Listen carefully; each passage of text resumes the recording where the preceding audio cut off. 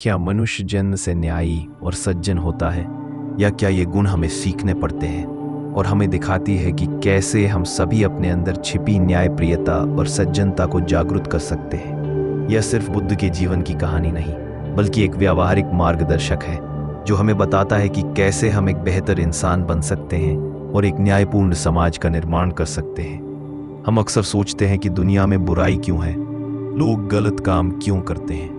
बुद्ध और डॉक्टर आम्बेडकर हमें बताते हैं कि इंसान बुराई इसलिए नहीं करता कि वह स्वाभाविक रूप से बुरा है, बल्कि इसलिए कि वह अज्ञान में है। उसे सही गलत, न्याय अन्याय का स्पष्ट भेद नहीं पता। इसका सीधा सा मतलब है कि हमारे अंदर न्याय और सज्जनता की क्षमता पहले से मौजूद है, हमें बस उस अज्ञान के पर्दे को हटाना है। बुद्ध का धम्म हमें इसी प्रज्ञा यानी ज्ञान के माध्यम से यह पर्दा हटाना सिखाता है। यह हमें विश्वास दिलाता है कि मनुष्य में परिवर्तन और सुधार की अपार संभावना है। यह कोई धार्मिक कर्मकांड नहीं, बल्कि न्याय और सज्जनता के पथ पर चलने की एक गहरी प्रतिबद्धता है। यह जीवन जीने का एक नैतिक दर्शन है जिसे हम सभी अपना सकते हैं। यह बात केवल मनुष्यों की नहीं, बल्कि सभी सजीव प्राणियों की हो रही है। क्या यह न्याय नहीं है कि हम सभी के प्रति करुणा और दया का भाव रखें? यह हमें सिखाता है कि सज्जनता केवल खुद तक सीमित नहीं है, बल्कि यह दूसरों के कल्याण और उनके दुखों को दूर करने की इच्छा से प्रकट होती है। यह सार्वभौमिक प्रेम और अहिंसा का मूल है।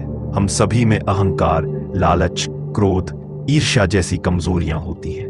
अपनी इन कमियों को पहचानना और उन्हें दूर करने का संकल्प लेना ही तो सच्चा न्याय है, खुद के प्रति भी और समाज के प्रति भी। यह आत्म सुधार की निरंतर यात्रा हमें नैतिक रूप से सशक्त और सज्जन बनाती है। बुद्ध का धम्म हमें आत्मनिरीक्षण और व्यक्तिगत परिवर्तन के लिए प्रेरित करता है, और बुद्ध का मार्ग वह पंचशील पर आधारित है।